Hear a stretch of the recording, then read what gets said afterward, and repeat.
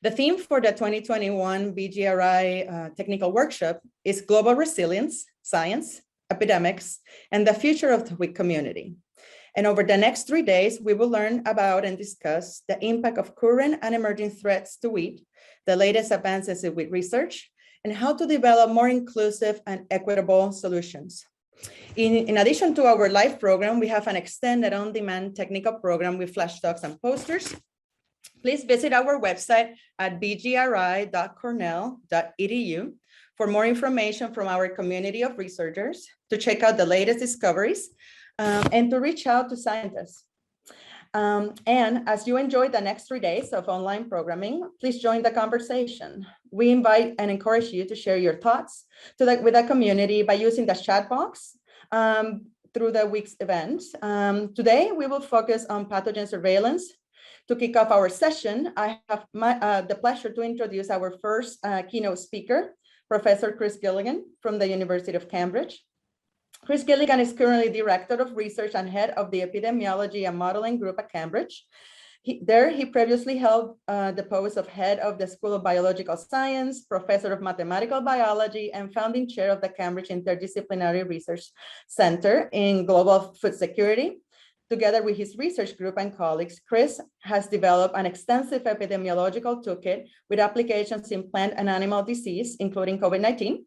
His current research is focused on the development and use of models to predict the spread and identify effective strategies to control crop diseases on farm and at landscape, regional, and continental scales. Current applications involve models to inform the surveillance and control of crop diseases and pests in sub-Saharan Africa, Australia, India, Nepal, and Bangladesh, the US, and the UK, crop diseases of natural vegetation. So Dr. Gilligan, the stage is yours. Thank you, Marcellus. It sounds like you know more about me than I know about me, but thank you very much for that introduction, and thanks for the opportunity to talk to everyone today. And good morning, good afternoon, and good evening to everyone. I'm going to talk about epidemiological modeling and how that might help to prevent rust epidemics. And I'm going to talk about modeling without showing any equations, which I hope is going to be appealing to at least some of the audience. Let me pick out that I'll be talking about work from some key modeling colleagues from the University of Cambridge, and the work that I'll be talking about today is very closely linked with the UK Met Office, and also very importantly, very closely linked with Dave Hudson, whom many of you will know, of course, from CIMMYT in relation to surveillance and how we put all this information together. And we have very many other colleagues as well. I've mentioned the Met Office and CIMMYT, but also Ethiopian Institute of Agricultural Research, their Agricultural Technology Agency in Ethiopia, and more recently CalRO, with a lot of collaborations now as we've been extending into Nepal and Bangladesh, and I'll say a little bit about those as we move on. With funding largely supported by the Gates Foundation, FCDO in the UK, and BBSRC. So what we're going to be thinking about, as we have a cartoon here showing dispersal of stem rust from Ethiopia, an early one that we produced, what are the typical questions, outbreak type questions? How long before a pest or disease arrives? How rapidly would it spread if it did arrive? When, where, and how to deploy surveillance? How effective is control likely to be? And how should control be deployed optimally? And what's the risk of failure, which is an important question that I think isn't always addressed as rapidly, as soon as it should be. So here we have the spores moving out. We'll see plenty of spore simulations as we go through. We're looking at a range of pests and pathogens, beginning a long time ago with rhizomania in the UK, a very long way from the rusts, and also a range of diseases and pests of trees coming through sudden oak death, vectors and citrus greening, citrus canker, through to a very active work on cassava and whitefly in relation to brown streak, of course, stem rust, stripe rust, banana diseases, and also aflatoxin. but really trying to distill these into some models that can be used in terms of predicting spread and also predicting how effective control could be. So very much a focus on sub-Saharan Africa and increasingly now in South Asia as well, with cassava, as we've already mentioned. You'll be familiar with MLN. Panama disease has now been detected, fall armyworm, many of you will know. Aflatoxin, banana bunchy top I've mentioned, but we'll be focusing on this side here today, on wheat stem rust, wheat stripe rust, but with some little thought about wheat blast. And the sort of models that we're describing with respect to wheat are also relevant to desert locust as well. But the focus is on the wheat rust, stem particularly, then stripe, and a little bit on leaf rust. What I'll talk about first of all is the continental spread of stem rust. What do we know about it? What can we do? How can we assess the risks of invasion? And then thinking about real-time forecasting, focusing principally on East Africa, a brief mention of the work that's developing in South Asia. So if we start again with the original stem rust team with Dave Hodson here, two colleagues, Laura Bergin and Matt Hort from the Met Office. And pride of place, I think, goes to Marcel Meyer in this, who was a PhD student here with me in Cambridge, who worked initially on a lot of the work that I'll be describing to you. So what are we attempting to do? Here we can see some models of spores being distributed from the barley zone in Ethiopia. These gray regions here are wheat regions. Let's run that as we go again. Meteorologically driven. And the usual sorts of questions are, which regions are at risk and from where? Do new races pose a threat to the Middle East, to the Indian subcontinent? We're thinking, first of all, from what's happening from East Africa. And can we predict the spread, once again, to optimize control? So let's run through what this means. We need to think about the release of spores, turbulent atmospheric transport, loss of viability, deposition on wheat, and the environmental conditions when it gets there. So we're essentially tracking many millions of particles using something called the Lagrangian particle dispersion model, originally developed for radionuclide and also volcanic eruptions, but it needs changing markedly. Let me go to here first. Take account of wheat growth dynamics and the environmental suitability and different scales or forces of infection at sources. And looking at meteorological data, I'll be describing a 12-year study, a study over 12 years, a resolution of 10 kilometers squared at the equator, 3 hourly intervals, and up to 52 vertical zones. But rust spores don't think much of 20 kilometers, of course, above the top. If we follow Don Aylor, he's described the release of spores, which is prone to environmental suitability. You have the wind speed and turbulence for moving things around, extremes of temperature and humidity, and exposure to UV radiation give loss of viability.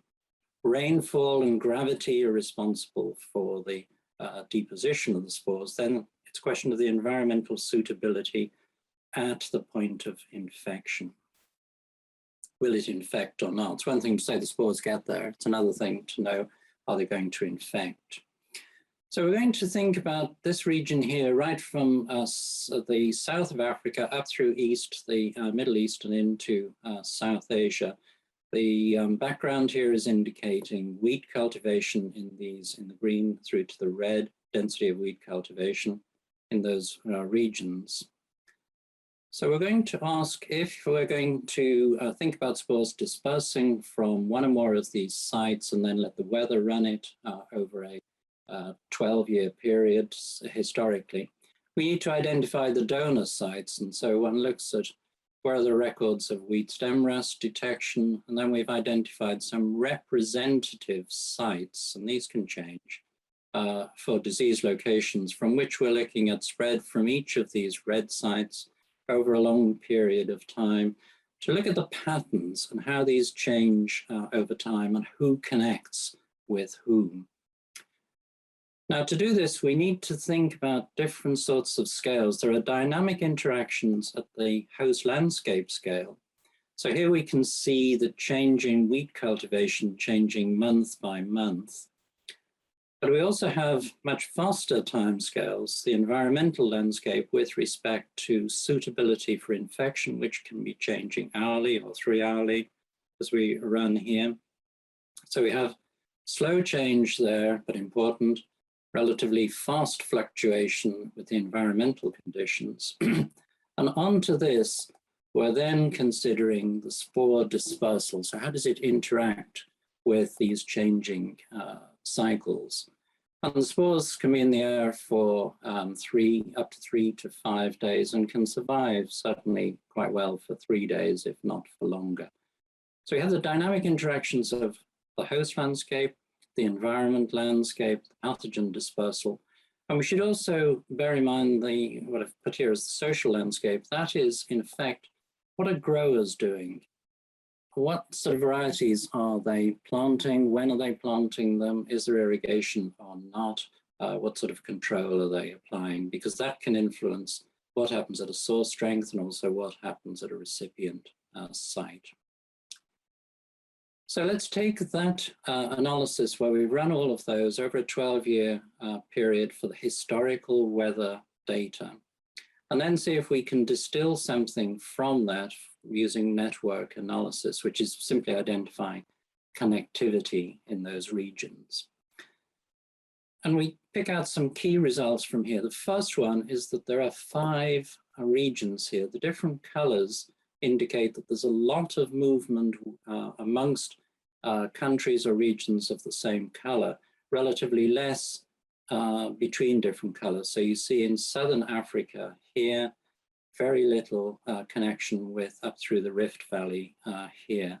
You can see that we have, from that analysis, 5 different regions, a lot of exchange within, some exchange between.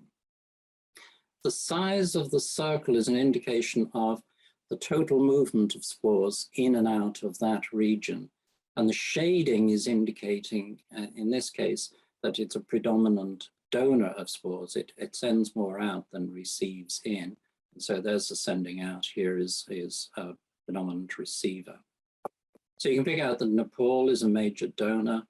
Yemen is a critical donor here because of this stepping stone into and out of these regions. And Uganda, of course, famous at least for the designation of UG99, the attachment of the appellation for UG99 is actually essentially a spore receptor rather than predominantly a donor. So we've got some ideas about the movements here. How do we use that information in terms of assessing risk? So suppose there's a new race appears in a particular country at a particular month. The obvious question then is, which other countries or regions are at risk? And can we use that in terms of planning, then preparedness? What varieties would we recommend for growth in those countries? So let's take a source country here. We're running through from Bangladesh through to South Africa in sequence, geographical sequence here. These are the source countries in which we're saying there could be a problem. Here are the receptor regions or receptor countries. And so if we take, for example, Yemen, remember that I had indicated that Yemen was an important stepping stone. We look across here, and what we're measuring here is the measure of the number of spores, daily mean, that are, you can see it here, that are transmitted. So across Yemen, and then we ask, what's the risk? Oops, sorry, wrong way. What's the risk to Ethiopia? And we can see that this is quite significantly high, though the reciprocal risk, if one came through from Ethiopia to Yemen, is somewhat smaller. So we have connectivity here between the source region and the receptor region or country. And this can be distilled down at a number of different scales. But we can ask a number of questions. Excuse me. what might we say? What about source strength? So is it a big outbreak in the donor country or the source country, or is it a small outbreak? Again, we're looking at that run through Bangladesh to South Africa, Bangladesh to South Africa, the source, the receptor. You can see relatively little spread out from the diagonal, which means there'll be little spread from one country to another. As, of course, unsurprisingly, as you increase the outbreak at the source, going from small to moderate to large, you can see that then the risk is getting significantly greater. So it becomes important. Surveillance is all, along with support from modeling. Surveillance in particular regions to identify risk to the surrounding regions. There are seasonal trends. Again, if we think about Bali and we come out through a number of years here, and if we continue this to 2020, we get the same pattern for November because of prevailing winds here averaged over that period. You can see that there's predominantly a spread towards the southeast. And we have a catalogue of over 2,000 of these deposition maps for all months, all seasons in that region, right through Africa into the Middle East and into Central and South Asia that one can use to look up. You can find these in this publication here if there is a problem. It's possible to drill down in more detail on a particular interest that we had at the time and with our colleagues from Ethiopia was what's happening in the Rift Valley. And so we can look at the size and the color of these arrows indicate whether there's very frequent movement, frequent or indeed infrequent movements between those countries in terms of numbers of days that one might have movement. There's the Eritrea arrow, there's the Yemen arrow, once again into Ethiopia, an Eritrean one here. But if you look, there are other weak movements, for example, relatively little from Tanzania back up through Kenya into Ethiopia. So we can begin to look at these seasonal trends, Eritrea to Ethiopia, Yemen to Ethiopia, and so on as you look through here, with time changing here, levels of spore movement on this case. And what's important is to work out who is most likely to at risk from whom, if I can put it that way, and at what time of the year should we be particularly carrying out these surveys. An analysis, many of you will know about the Digaloo reis for stem rest, TKTTF. Looking at historic data, there's very strong evidence that indeed Yemen was one of the likely stepping stones into Ethiopia. We don't want to do this just historically, though. It's really using the information going forward is really important. So what about risk and interregional dependence as we move just for a moment from East Africa into South Asia? Very big region. And what we've done is divided this up into a number, in fact, into 9 regions here, but in principle, well, there can be many more divisions of these. The question is quite simple in terms of if there is an outbreak in one of these regions here, how severe is it within that region, particular one of those numbers there, and also how severe is it for one of its neighboring or even its next neighbor regions.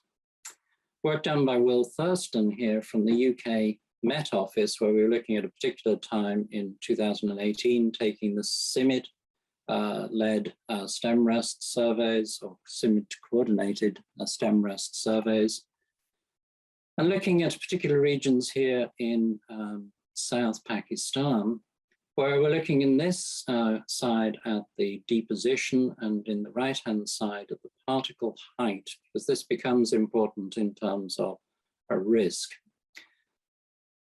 So deposition and height, but let's take that into 3 dimensions to see if we can understand it a little bit more. And Marcel Meyer now carrying out this analysis, which is looking at, first of all, the distribution of those particles in 3 dimensions. and in particular, what ratio are so high that they're not going to survive? How does this change over time? So you notice as one runs this, as a move, it's important to take account of the topography as well. Moves very much in this way at first, but highly dynamic. And it's important that the models actually take account of that dynamism. Not just important to think what's in the air, but also to think about this is now showing the deposition from those three-dimensional spores and which ones are likely to be live when they are reaching the surface. So that's an attempt to understand some of the underlying mechanisms here. So let's think now, if we look at some historic data, this was over a 7-year period, 8-year period. If we think about what's happening with respect to stem rust, and also we'll consider stripe rust here because we want to do some comparisons in terms of how much infection is likely to occur within a region and between regions. So again, we have our 9 regions here, 1, 2, 3, running through to 9 regions for stem rust. This is looking at the annual cumulative spore distribution or deposition with respect to the source. So this is saying the source is in region 1, the source is in region 4, the source is in region 7. And we see some very marked differences, relatively little happening in regions 2 and 3, but as we come down to 9, then significant evidence of, over those 7 or 8 years, major spread from some of these regions, much less reduced from the others. This becomes important when, well, for the regions themselves and also for other regions where it isn't enough just to survey what's happening in those regions and predict the spread into, say, the spread within, for example, Nepal. One needs to look where else might spores come from. So we distinguish stem rust from stripe rust. Different patterns you can see as a slip between the two, stem to stripe. Region 2 begins to have an effect, and still some variability amongst those various regions. So far, we've looked at inferences from historic data, and so that gives pre-season advice about varieties that could be grown, or even about the purchase of fungicides. But let's now think about forecasting wheat rusts within season, and that's about giving a within-season warning.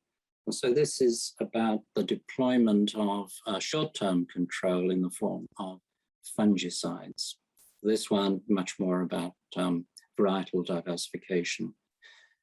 Also, real-time forecasting we'll start with in East Africa. This has now been extended and tested in Bangladesh and Nepal. Interactions, importantly, with EIAR and ATA in Ethiopia and the usual collaborators here. We've extended this now to Kenya in collaboration with CalRO just in this season. So let's think what's happening, and a reminder that Ethiopia is the largest wheat producer in sub-Saharan Africa. Take numerical weather prediction from the big computer in the Met Office, sorry, went the wrong way. That gives us 3-hourly meteorological outputs on a 10 by 10 kilometer basis for, in this case, Africa, which can be used in the models to predict spore dispersal and also the suitability of the environment as to where the spores will land. Very much informed by the surveillance work, and I've referred a number of times to the CIMMYT coordinated surveillance, which is in collaboration with in-country specialists, which is really important.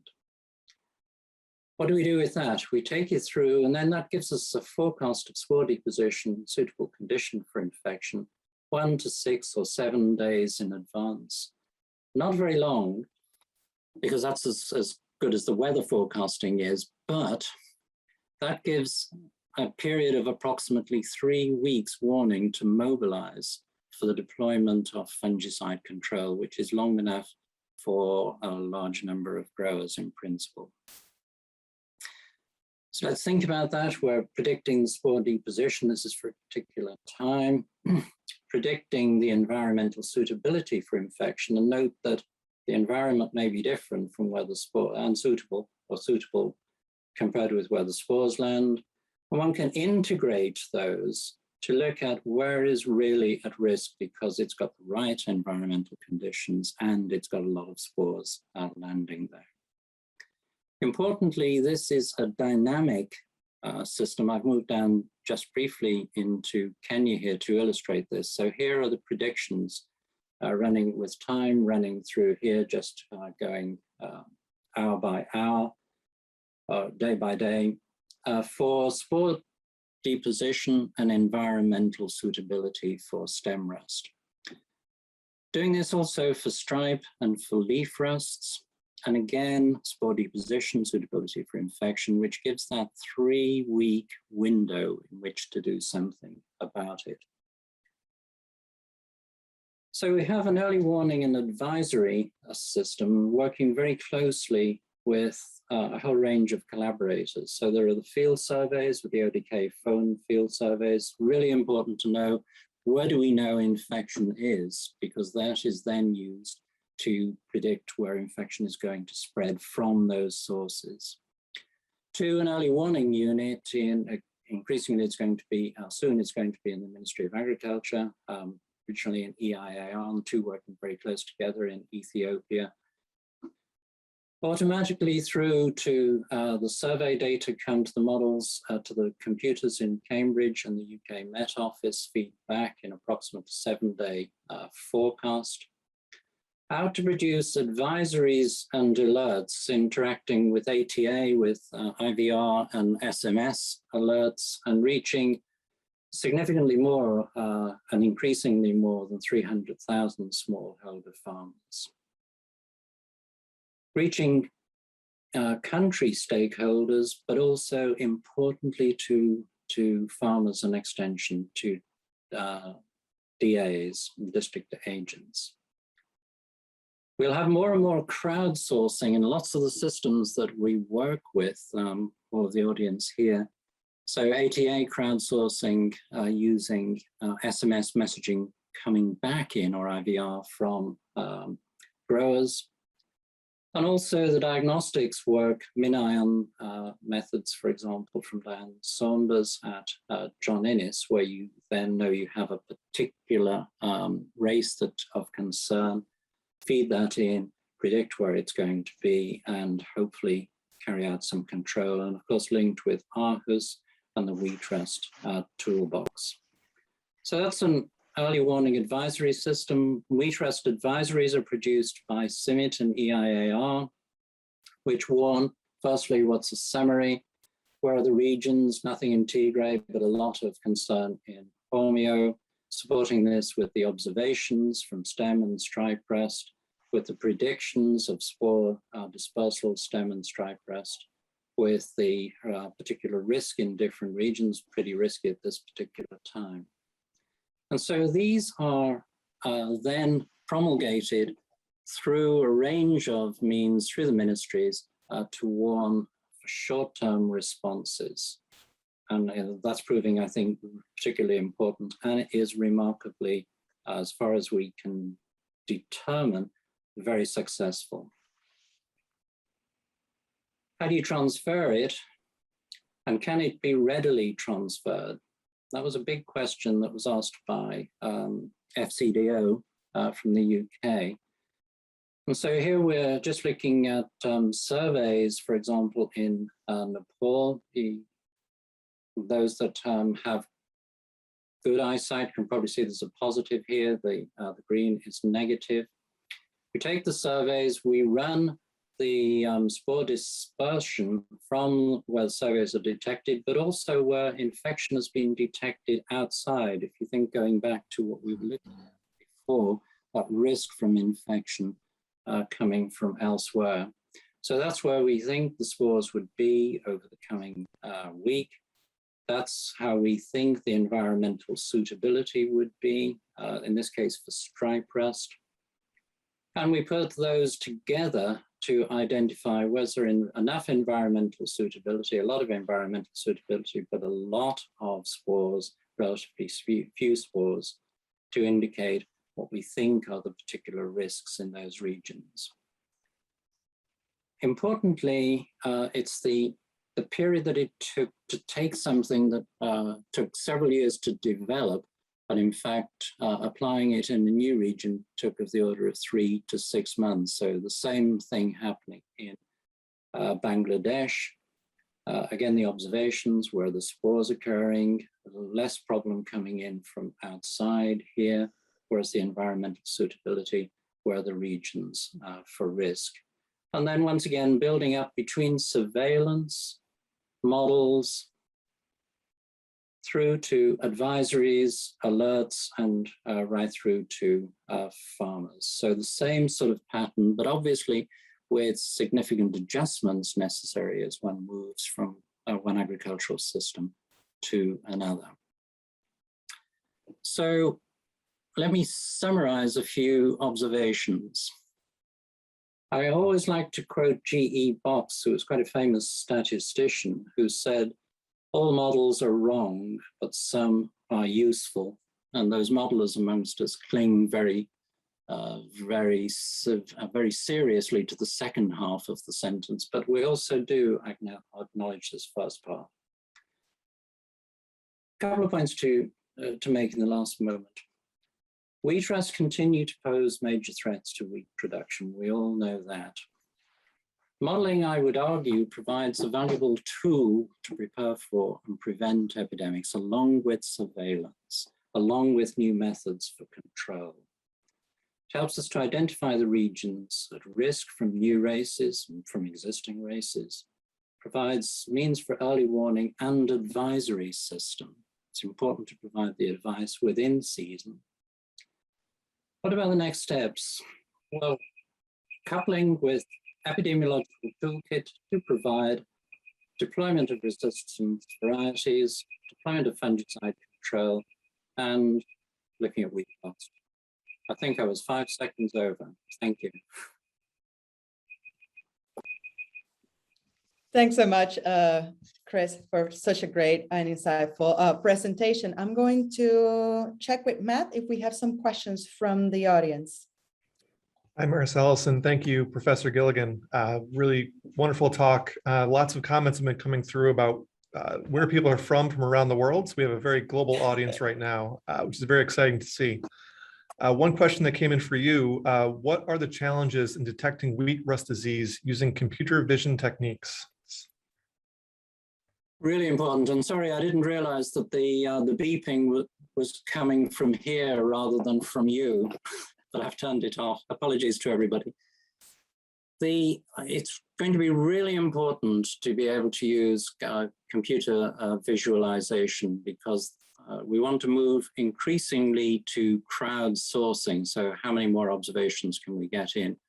But a major challenge is with crowdsourcing that you get misobservations and incorrect observations. So I see a huge advantage, in fact, in the benefits of having machine vision, which could say yes or no. One thing I would also add on this, it's really important not just to feed in the positive results, we've seen it, but to feed in the negative results of we have not seen whatever the target is.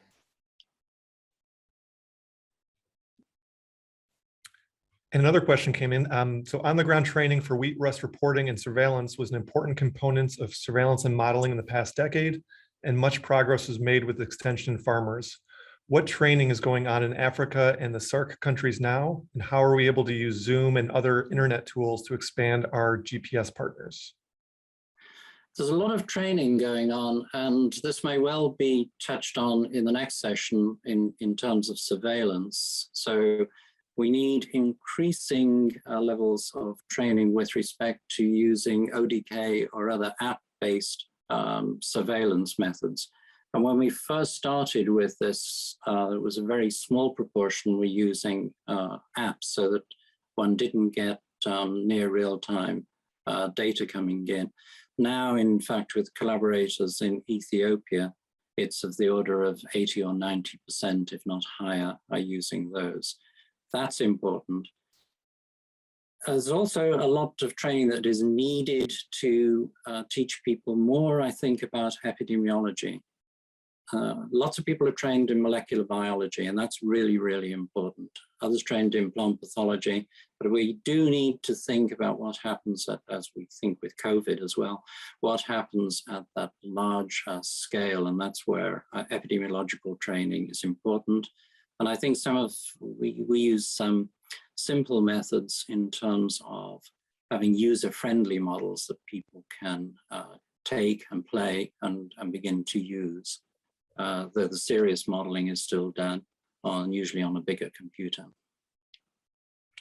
And so you mentioned the COVID pandemic. A question came in asking how the pandemic has affected real-time reporting and modeling for rust, or has it had an impact? We've been very fortunate, in fact, that we have still been having, and this is from the dedication, but the dedication and the care of the field staff in collaborating organizations, that where it has been safe to go out, we have still been getting observations coming in. And we're looking at other methods, again, with our collaborators in CIMID for media scraping also, so that you look at what's coming up from a whole range of different media sources. And we've been experimenting with using that as an addition to the field-based surveillance. But it has been very impressive, the dedication of agronomists and surveyors of various types in the various countries. And another question came in, what are the weather parameters which are strongly related with this model? Wind is really important, as is temperature and precipitation, relative humidity. And later in the week, Thomas Mona from the group here will be describing in some detail the challenges associated with identifying conditions for environmental suitability. The art of modeling, I would add, is in having the key factors in there, but not everything in there. There's a real skill in identifying what's essential and separating that from what would be nice to have. But if you have too much initially in a model, you really don't have a clear enough or good enough means to test that model rigorously.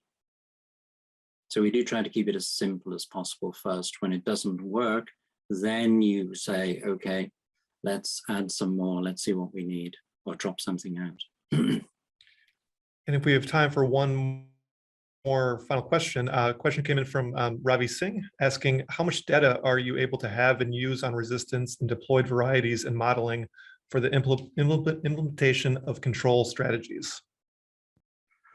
As much as this is available, Ravi, I'm really interested in this challenging question we have of, if we have resistant varieties, how should we deploy them optimally and also ethically, because every grower has a right to have it, but the benefit in one region for one grower must be considered about the benefit for the largest number of growers. And this is a really challenging area, but the more data that we have, and now the advanced computational techniques that we can look at a high degree of heterogeneity, so we can get down to individual fields in some of our models. And from that, one would be looking at what is happening at those various scales that we have as you move up through village to groups of villages and up to districts and regions in terms of the risk from disease and how we deploy our control.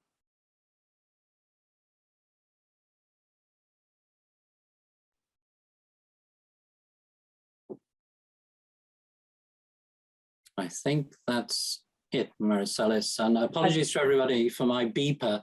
going off. Yeah. No problem. You keep us on time, so that's You great. see that I was about 5 seconds. Yeah.